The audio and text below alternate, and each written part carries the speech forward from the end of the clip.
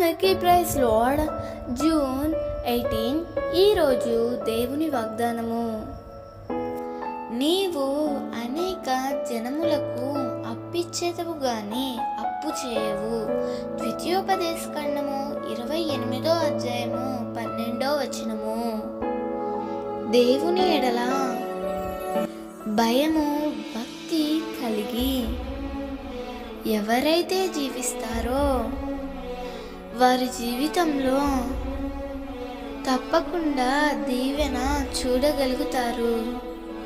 ఈ వాగ్దాన నెరవేర్పు వారు అనుభవించగలుగుతారు. నేడు దేవుని ప్రజలు అనేక మంది చేచాపి అప్పు అడిగే స్థితిలో ఉన్నారు. కారణం ఏమిటంటే దేవుని యందు భయభక్తులు కలిగి ఉండటం ఎప్పుడైతే లోపిస్తుందో అప్పుడే లోటు ప్రారంభం అవుతుంది.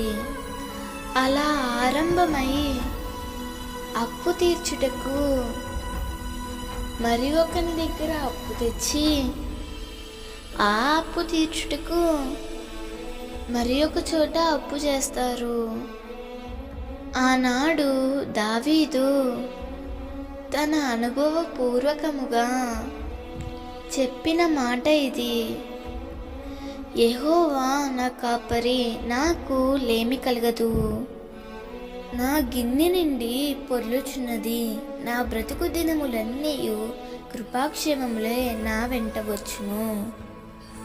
దావీదు ఆశీర్వాదపు గిన్నె నిండి పొర్లుచున్నది అంటే అతడు ప్రభువుని కాపరిగా చేసుకుని ప్రభు చిత్తానుసారంగా నడుచుటకు దావీదు ఒప్పుకున్నాడు.